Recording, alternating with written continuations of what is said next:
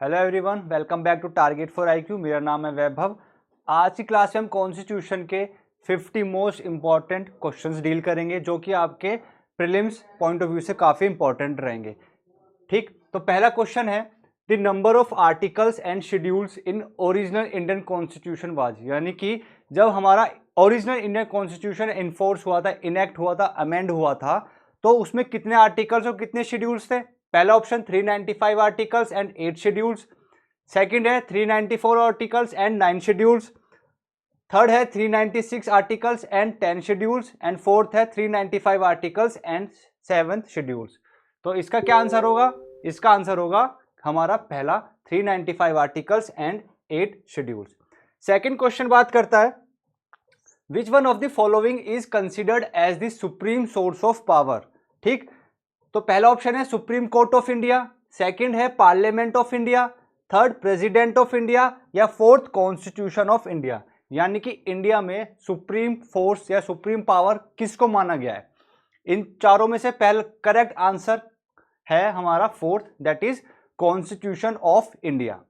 Right, third पढ़ते हैं the chairman of constituent assembly was. ये वाला क्वेश्चन काफी इंपॉर्टेंट है, पॉलिटी में काफी पूछा गया है। यानी कि जो मैंने सीरीज चलाई है ये आपकी UP PCSJ, UP APO, even Rajasthan APO में ये कॉन्स्टिट्यूशन नहीं आता, बट यूपी एपीओ और UP PCSJ point of view से ये सीरीज आपकी काफी इंपॉर्टेंट है। तो थर्ड क्वेश्चन में पूछा गया कॉन्स्टिट्यूएंट असेंबली में चेयरमैन कौन थे, तो इसका क्या आंसर होगा? इसका आंसर होगा fourth, that is doctor Rajendra Prasad. Right, fourth पूछा है क्वेश्चन है who amongst the following has said that Indian constitution is the federal with strong centralising tendency. तो पहला ऑप्शन है K C Wheare, second A V Dicey, third sir Ivor Jennings and fourth none of the above. तो इन options में से किसने बोला गया था कि जो हमारे इंडियन कॉन्स्टिट्यूशन है वो फेडरेशन के साथ साथ एक स्ट्रॉन्ग सेंट्रलाइजिंग टेंडेंसी रखता है? तो इसका करेक्ट आंसर होगा third option, sir Ivor Jennings. और ये फोर्थ वाला क्वेश्चन प्रीलिम्स में पूछा हुआ क्वेश्चन है। ठीक, फिफ्थ क्वेश्चन है preamble of Indian constitution has been amended so far, कि हमारा प्रियम्बल अब तक कितनी बार अमेंड हो चुका है। ये आपका प्रीलिम्स में भी इंपॉर्टेंस रखता है, इवन इंटरव्यू के टाइम पे भी क्वेश्चन पूछ लिया जाता है। तो इसका आंसर होगा वंस, यानी कि अभी तक हमारा प्रियम्बल सिर्फ एक बार ही अमेंड हुआ है। कमेंट करके बताइएगा कौन सा अमेंडमेंट एक्ट था जिसके थ्रू हमारा प्रियम्बल अमेंड हुआ था। अब हम आते हैं सिक्स्थ क्वेश्चन पे। In preamble of constitution the word socialist was added by first section 2 of 42nd amendment act, section 3 of 42nd amendment act, section 4 of 42nd amendment act या section 5 of 42nd amendment act. इस type के questions भी बन जाते हैं, ध्यान रखिएगा। इसका आंसर होगा हमारा first, that is section 2 of 42nd amendment act. Seventh question बात करता है the word secular used in the preamble of the constitution of India means, यानी कि जो हमारे प्रियम्बल में वर्ड दे रखा है सेकुलर, उसका क्या मतलब है? पहला option the state has no religion of its own, यानी कि भाई स्टेट का खुद का कोई रिलीजन नहीं है, यानी न्यूट्रल है। Fourth all religions are treated equal, यानी कि जितने भी रिलीजन हैं, जितने भी धर्म हमारे देश में, वो सारे इक्वल हैं। ठीक, the state has no common religion, third में बोला गया कि स्टेट का कोई भी कॉमन रिलीजन नहीं है। और फोर्थ बात करता है बोथ 1 and 2 आर करेक्ट। तो यहाँ पे ये भी करेक्ट है, ये भी करेक्ट है, तो हमारा आंसर हो जाएगा फोर्थ, यानी फोर्थ जो हमारा ऑप्शन है वो बिल्कुल ठीक है। एट्थ बात करता है through which amendment of the constitution of India Sikkim was included in the union of India. ठीक, और ये प्रीलिम्स से पूछा हुआ क्वेश्चन है 8 वाला। तो इसका क्या आंसर होगा? 36 अमेंडमेंट या 35 या 7th या 5th। तो जो अमेंडमेंट के क्वेश्चंस होते हैं ना कॉन्स्टिट्यूशन में, ये पॉलिटी में बहुत ही फेवरेट क्वेश्चन होते हैं, इससे एक आधा क्वेश्चन जरूर बनता है। तो याद रखिएगा 36 अमेंडमेंट से सिक्किम को ऐड किया गया था। अब बात करते हैं नाइन्थ बोला गया है corporation is a state for the purpose of enforcement of fundamental rights. ठीक, फर्स्ट ऑप्शन है it is a body registered according to law, second है इट इज एन एजेंसी और instrumentality of the government, third है it has to report to government, and fourth है the government services are made applicable to its employees. तो इसका answer याद रखिएगा second option, that is it is an agency और instrumentality of the government. 10th बात करता है discrimination by law in the marriageable age of boy, यानी कि जो हमारी गर्ल की एज होती है शादी करने की वो 18 है और जो बॉयज की है वो 21 है, तो ये कहीं ना कहीं डिस्क्रिमिनेशन हो रहा है। तो इसमें यही पूछा गया कि ये जो डिस्क्रिमिनेशन है 21 और 18 साल की उम्र को लेकर, क्या ये ऑफेंस है, और है तो कौन से आर्टिकल के अकॉर्डिंग है। तो पहला ऑप्शन है आर्टिकल 14 के अकॉर्डिंग, या फिर डज नॉट ऑफेंड आर्टिकल 14, या आर्टिकल 14 के अकॉर्डिंग है नहीं, यानी कि ये जो बात करी गई बिल्कुल ठीक है, ये कोई ऑफेंस नहीं है, या third it is against the rule of law, या रूल ऑफ लॉ के अगेंस्ट है, और फोर्थ वॉयलेट्स ह्यूमन राइट, या फिर जो हमारे अधिकार है ह्यूमन राइट्स है हमारे उसका वॉयलेशन है। तो याद रखिएगा ये ऑफेंस नहीं है क्योंकि ये कोई डिस्क्रिमिनेशन नहीं है। ठीक, तो इसका सेकंड ऑप्शन है does not offend article 14 of the Indian constitution. अब बात करते हैं 11th में बोला गया protective discrimination is constitutionally valid in view of law, यानी कि हमारे संविधान में कुछ डिस्क्रिमिनेशंस दी गई हैं किसी किसी एजेंसीज को कि अगर आप चाहो तो अपने अकॉर्डिंग लॉ ला सकते हो। तो यहाँ पे यही पूछा गया कि वो किन किन आर्टिकल्स में बात करी गई है।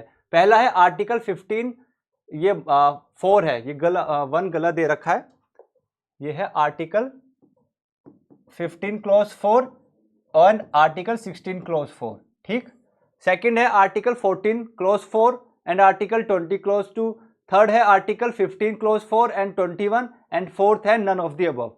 तो याद रखिएगा इसका आंसर है आर्टिकल 15 क्लॉज 4 एंड 16 क्लॉज 4। ठीक, 12th में लिखा है reservation of seats in private educational institutions in favour of scheduled caste and scheduled tribes is governed bye. पहला ऑप्शन है article 15 clause 5, second 16 clause 4, third है 29 क्लॉज 2 एंड फोर्थ है 14। तो इसका क्या आंसर होगा? Reservation of seats in private educational institutions. तो याद रखिएगा इसका आंसर है हमारा क्लॉज यानी कि फर्स्ट आर्टिकल 15 क्लॉज 5। फिर बात करते हैं 13 में लिखा है which article of the constitution provides for reservation in promotion. तो ये भी SC ST की बात करता है, बट क्या बात करता है? प्रमोशन की। आपको रिजर्वेशन दे रहे हैं हम सिर्फ प्रमोशन के बारे में बात करने के लिए। तो इसका क्या आंसर है? आर्टिकल 15(4) में दे रखा है, या 16(4) में दे रखा है, या 16(4)A में दे रखा है, या 16(4)B। ये इंपॉर्टेंट क्वेश्चन है और ये प्रीलिम्स में पूछा हुआ क्वेश्चन है। ये जो सीरीज लाया हूं इसमें से ये मान लीजिए आप 70 to 80% आपके रिपीटेड क्वेश्चन हैं जो फेवरेट क्वेश्चन माने जाते हैं। तो इसका क्या आंसर है? इसका आंसर है आर्टिकल 16 क्लॉज 4A, राइट। 14 दे रखा है by which of the following constitutional amendment clause 4B was added to article 16, यानी कि आर्टिकल 16 में क्लॉज 4B किस अमेंडमेंट के थ्रू ऐड किया गया था? तो इसका आंसर है third, that is 81st amendment act. 15 में बात करी गई article 14 of the Indian constitution, यानी कि जो हमारा आर्टिकल 17 है वो किस बारे में बात करता है? पहला एजुकेशन के बारे में, ठीक। सेकंड बात करता है हमारा हेल्थ के बारे में, थर्ड एबोलिशन ऑफ अनटचेबिलिटी, या फोर्थ फूड गारंटी। तो ये तो सभी को पता, आर्टिकल 17 बात करता है एबोलिशन ऑफ अनटचेबिलिटी।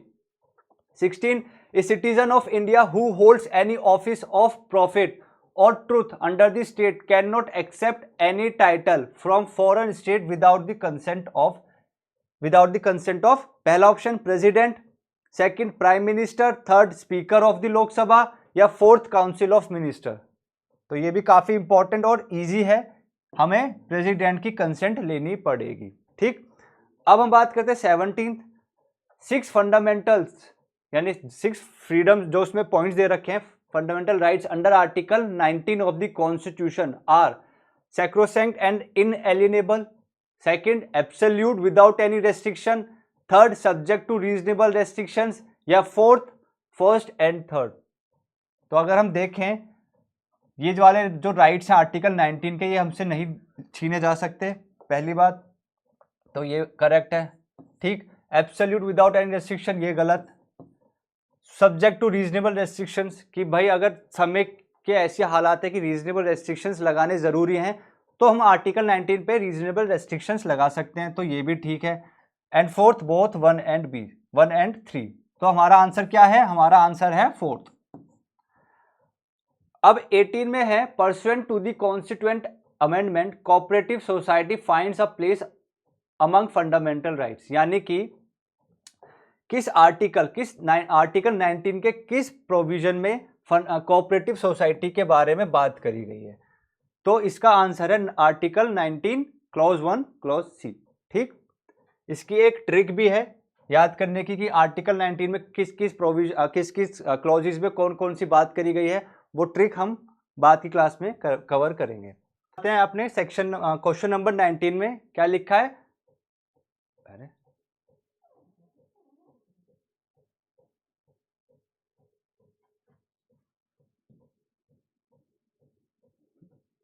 अब हम आते हैं अपने सेक्शन क्वेश्चन नंबर 19 में। इसमें लिखा है within the Indian legal system, first question first answer, there is no right to property. Second, right to property is a fundamental right guaranteed by the constitution, and third लिखा है right to property is a constitutional right but not a fundamental right, and fourth है right to property is a statutory right only and not constitutional। ठीक, जो हमारा right to property है वो हमारा एक constitutional right है, ना कि fundamental, क्योंकि पहले fundamental right था बट हटा दिया गया है, तो इस वजह से इसका आंसर होएगा हमारा ऑप्शन नंबर थर्ड।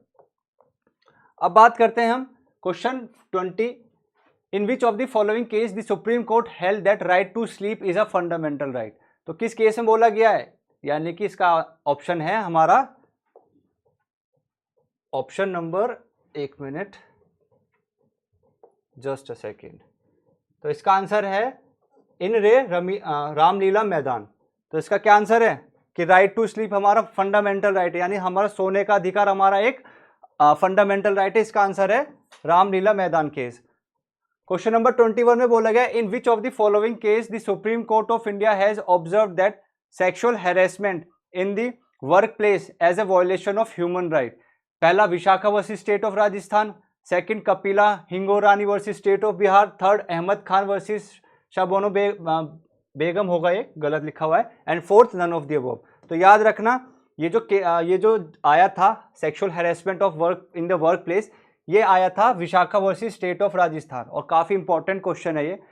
22 में लिखा है justice KS. Puttaswamy versus union of India was decided by, कितने जजेस की बेंच थी जिसने एक जजमेंट दिया था? तो याद रखना ये 9 जजेस की बेंच थी जिन्होंने ये डिसीजन दिया था। 23 में है which one of the following is not included in article 21, यानी आर्टिकल 21 में क्या इंक्लूड नहीं है? तो पहला ऑप्शन है राइट टू डाई, दूसरा right to life, then third right to livelihood, and fourth right to dignity. तो याद रखना मरने का हमारा कोई भी अधिकार नहीं है। ठीक, हम नहीं मर सकते, हम फंडामेंटल राइट नहीं है, अगर हम इसको क्लेम करते हैं तो वो गलत है। 24 में लिखा है which of the following judgments relates to ये गलत लिखा है, prohibition against causing pollution and discomfort to the public to smoking at public place, यानी कि किस केस में पब्लिक प्लेस पे स्मोक करने को मना किया गया था, प्रोहिबिट किया गया था? तो पहला है Sher Singh versus state of Punjab, second है Murli S Deora versus union of India, and third case है just a second Rajdeo Sharma versus state of Bihar, fourth Sitaram versus state of Uttar Pradesh. तो याद रखना ये जो जजमेंट दिया गया था इस जजमेंट का नाम था Murli S Deo versus union of India, यानी कि ऑप्शन नंबर 2। अब question number 25, in which one of the following case the supreme court of India has recognized transgender person as third gender, यानी कि किस केस में ट्रांसजेंडर पर्सन को third gender की category में इंक्लूड किया गया था? पहला national legal service authority versus union of India, second NALSA university that is Hyderabad versus union of India, third state legal service authority versus union of India, and fourth Suresh Kumar Koushal versus Naz foundation. तो इसका answer याद रखेगा, इसका answer है national legal services authority versus union of India. 26 में लिखा है the supreme Court has held that prostitutes are entitled to a life of dignity under article 21 of the constitution, क्या ये स्टेटमेंट सही है? पहला ट्रू, दूसरा false, partly correct and fourth none of the above. तो याद रखना ये स्टेटमेंट बिल्कुल सही है। 27 बोला गया no child below the age of dash, ये लिखा है ईयर्स, यानी कि कौन सी उम्र का बच्चा shall be employed to work in any place, यानी किस उम्र तक के बच्चों को फैक्ट्री में काम करने के लिए प्रोहिबिट किया गया है। तो पहला 14, दूसरा 15, थर्ड 18, फोर्थ 12। तो याद रखिएगा 14 साल से कम के बच्चों को फैक्ट्री में काम करने के लिए प्रोहिबिट किया गया है। राइट। क्वेश्चन नंबर 28 बात करता है which article of constitution provides benefit to minority institutions. ठीक, पहला ऑप्शन आर्टिकल 19, दूसरा आर्टिकल 16, थर्ड आर्टिकल 15 या आर्टिकल 30। तो याद रखिएगा इसका आंसर है आर्टिकल 30। अब section question number 29, no person has fundamental right to, पहला बेसिक एजुकेशन, दूसरा practice a profession, third form association या fourth approach the high court for enforcement of his fundamental right. यानी कि इन चारों में से हमारा कौन सा फंडामेंटल राइट नहीं है। ठीक, ध्यान से देखिएगा, सोचिएगा कौन सा नहीं है। पहला बेसिक एजुकेशन बिल्कुल हमारा फंडामेंटल राइट है, प्रैक्टिस ए प्रोफेशन ये भी फंडामेंटल राइट है, फॉर्म एसोसिएशन ये भी फंडामेंटल राइट है, बट हमारा फंडामेंटल राइट फोर्थ नहीं है। क्यों नहीं है? क्योंकि हमारे पास ये राइट नहीं है कि हम हाई कोर्ट में जाके अपने फंडामेंटल राइट को एनफोर्स करा सकें। ये राइट किसके पास है? ये सुप्रीम कोर्ट। यानी कि हम सुप्रीम कोर्ट में जाएंगे कि हमारा फंडामेंटल राइट इन्फ्रिंज हुआ है, उसको प्रोटेक्ट करें, तो ये हम सुप्रीम कोर्ट में जा सकते हैं अंडर आर्टिकल 32। तो सुप्रीम कोर्ट में जाना हमारा फंडामेंटल राइट है, हाई कोर्ट में जाना फंडामेंटल राइट नहीं है। तो इसी वजह से इसका आंसर होगा ऑप्शन नंबर 4। सेक्शन 30 बात करता है पब्लिक इंटरेस्ट लिटिगेशन, जिसे हम PIL बोलते हैं in short, is filed in, किस कोर्ट में हमारी PIL फाइल होती है? पहला सबऑर्डिनेट कोर्ट्स, दूसरा हाई कोर्ट या सुप्रीम कोर्ट, थर्ड सिर्फ और सिर्फ high court and fourth central administrative tribunal. तो याद रखिएगा इसका आंसर है हाई कोर्ट और सुप्रीम कोर्ट, दोनों में से किसी भी कोर्ट में PIL फाइल हो सकती है। 31 बात करता है द कोर्ट में give the command by which writ, यानी कोर्ट किस रिट के द्वारा कमांड करता है? पहला option certiorari, second habeas corpus, third mandamus and fourth prohibition. तो इसका आंसर है हमारा मैंडेमस। ठीक है, मैंडेमस के थ्रू ही कोर्ट एक ऑर्डर पास करता है, यानी कमांड करता है। क्वेश्चन नंबर 32 में बोला गया the binding force behind the directive principles of state policy is, पहला पब्लिक ओपिनियन, दूसरा गवर्नमेंट, तीसरा कॉन्स्टिट्यूशन एंड फोर्थ एडमिनिस्ट्रेशन। तो इसका आंसर है पब्लिक ओपिनियन। ठीक है, पब्लिक ओपिनियन के थ्रू ही एक बाइंडिंग फोर्स रहती है DPSP पर। अब क्वेश्चन नंबर 33 बात करता है directive principle of state policy have been borrowed from the constitution of which country, यानी कि ये जो 4 कंट्रीज दे रखी है, ये किस कंट्री में से हमने अपने DPSP को बोरो किया है? तो इसका आंसर है आयरलैंड, यानी आयरलैंड की कंट्री से हमने DPSP को बोरो किया है। 34 बात करता है the concept of equal justice and free legal aid, ये याद रखना फ्री लीगल एड ये कौन सा आर्टिकल है? इसका आर्टिकल है 39A, यानी थर्ड ऑप्शन इज करेक्ट। अब बात करी गई है सेक्शन 30 क्वेश्चन 35 में which one of the following is directive, एक मिनट, प्रिंसिपल ऑफ स्टेट पॉलिसी, यानी कि इन चारों में से कौन सा DPSP है? तो पहला ऑप्शन है to organise village panchayat, right to education, right to property, right to move Supreme Court. तो याद रखिएगा हमारा DPSP इन चारों में से कौन सा है? To organise village panchayat. 36 बात करता है नंबर ऑफ फंडामेंटल, एक minute, number of fundamental duties under Indian constitution is, यानी कि कितने फंडामेंटल ड्यूटीज है हमारे इंडियन कॉन्स्टिट्यूशन में? तो याद रखिएगा सेकंड ऑप्शन दैट इज 11, और आर्टिकल कौन सा है? 51A। 37 बात करता है election of president is by way of, यानी प्रेसिडेंट का इलेक्शन कैसे होता है? डायरेक्ट इलेक्शन होता है या इनडायरेक्ट होता है या पार्टली डायरेक्ट और पार्टली इनडायरेक्ट या इनमें से कोई नहीं? तो याद रखिएगा इनडायरेक्ट इलेक्शन होता है। राइट। 38 बात करता है in which article of constitution eligibility for reelection of the president is given, यानी कि प्रेसिडेंट का री इलेक्शन की एलिजिबिलिटी कौन से अनुच्छेद में दे रखा है? तो याद रखिएगा, आप खुद सोचिए पहले, आर्टिकल 57, आर्टिकल 58, 59 या 60? तो इसका आंसर है आर्टिकल 57। 39 में दे रखा है आर्टिकल 123 डील्स विद, यानी कि आर्टिकल 123 किस बारे में बात करता है? पहला, power of president to dissolve Lok Sabha. दूसरा, power of the governor to promulgate ordinance. तीसरा, power of the president to promulgate ordinance. या fourth, power of the parliament to pass the bill. तो याद रखिएगा इसका आंसर है power of the president to promulgate ordinance, right. 40 बात करता है the principle of collective responsibility has been incorporated in which article, कि किस आर्टिकल में कलेक्टिव रेस्पॉन्सिबिलिटी के बारे में बात करी गई है? तो इसका आंसर है हमारा 75, राइट। 41 में है state executive power is wasted with chief minister, council of minister, chief minister and council of minister या गवर्नर। तो एग्जीक्यूटिव पावर, स्टेट की एग्जीक्यूटिव पावर किसके पास होती है? पहला, CM, council of minister, CM या काउंसिल ऑफ मिनिस्टर या governor. तो याद रखिएगा स्टेट की होती है गवर्नर और सेंटर की होती है प्रेसिडेंट के पास।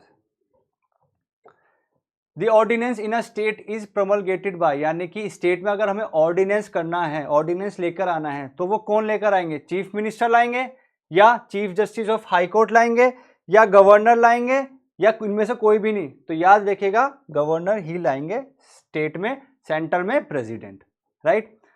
43 में है how many members of the Rajya Sabha retire every 2 year, यानी हर 2 साल में कितने मेंबर्स राज्यसभा के रिटायर हो जाते हैं? तो इसका आंसर पहला 1/4, दूसरा 1/3, तीसरा 1/2 एंड फोर्थ 1/10। तो इसका आंसर है हमारा 1/3।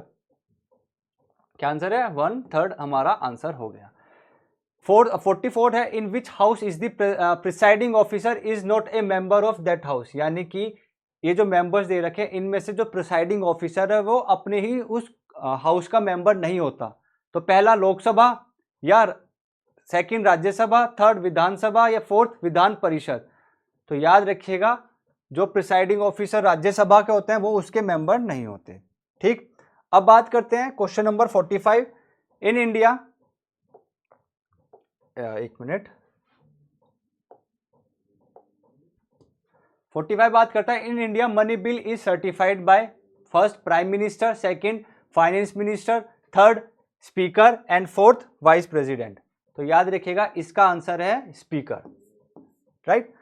46 में बात करी गई थी Lok Sabha secretariat comes under the direct supervision of, पहला ministry of home affairs, second ministry of parliamentary affairs, third president of India और फोर्थ लोकसभा स्पीकर।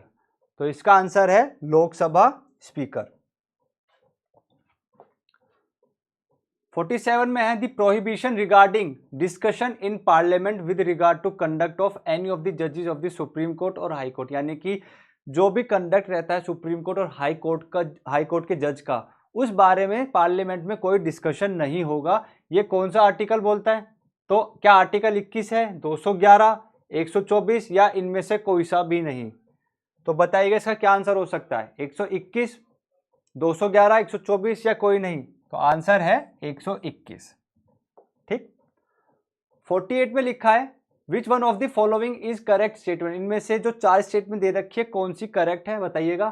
किस बारे में? In deciding the question as to the disqualification of the member of parliament, यानी कि अगर किसी member of parliament को हमें डिस्क्वालीफाई करना है तो प्रेसिडेंट जो ये डिसीजन लेंगे वो कैसे लेंगे? तो पहला ऑप्शन दे रखा है according to the opinion of election commission, की इलेक्शन कमीशन के ओपिनियन पर। Second, according to the opinion of Supreme Court, कि सुप्रीम कोर्ट का इस बारे में क्या ओपिनियन है वो लेकर प्रेसिडेंट डिस्क्वालीफाई करेंगे। या third, with the aid and advice of council of minister, जो उनके काउंसिल ऑफ मिनिस्टर हैं वो इस बारे में उनकी मदद करेंगे, वो एडवाइस देंगे।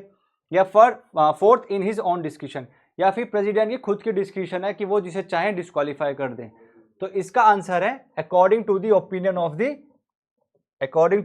ऑफ द इलेक्शन कमीशन, यानी इलेक्शन कमीशन का जो ओपिनियन है उससे डिस्कस करके प्रेसिडेंट किसी भी मेंबर ऑफ पार्लियामेंट को डिस्क्वालीफाई कर सकते हैं। 49 बात करता है total number of members in the legislative council of a state having such a council shall not exceed, याद रखिएगा क्या है? Shall not exceed. ये जो नेगेटिव क्वेश्चंस होते हैं ये ही फंसाते हैं, तो याद रखिए शैल नॉट एक्सीड पूछा है। पहला 1/3 of the total number of members in the assembly, second 2/3, and third है 1/2 of the total number of members of assembly, and fourth है नन ऑफ द अबव। तो याद रखिएगा इसका आंसर है 1/3, यानी 1/3 से ज्यादा नहीं होने चाहिए। लास्ट क्वेश्चन इस सीरीज का, that is the supreme court of India has been establish under which article, यानी कि किस आर्टिकल के अंडर सुप्रीम कोर्ट एस्टैब्लिश होती है, काम करती है, उसको बनाया गया है, किस आर्टिकल में इस बारे में बताया गया है। पहला 124, दूसरा 125, 126 एंड 127।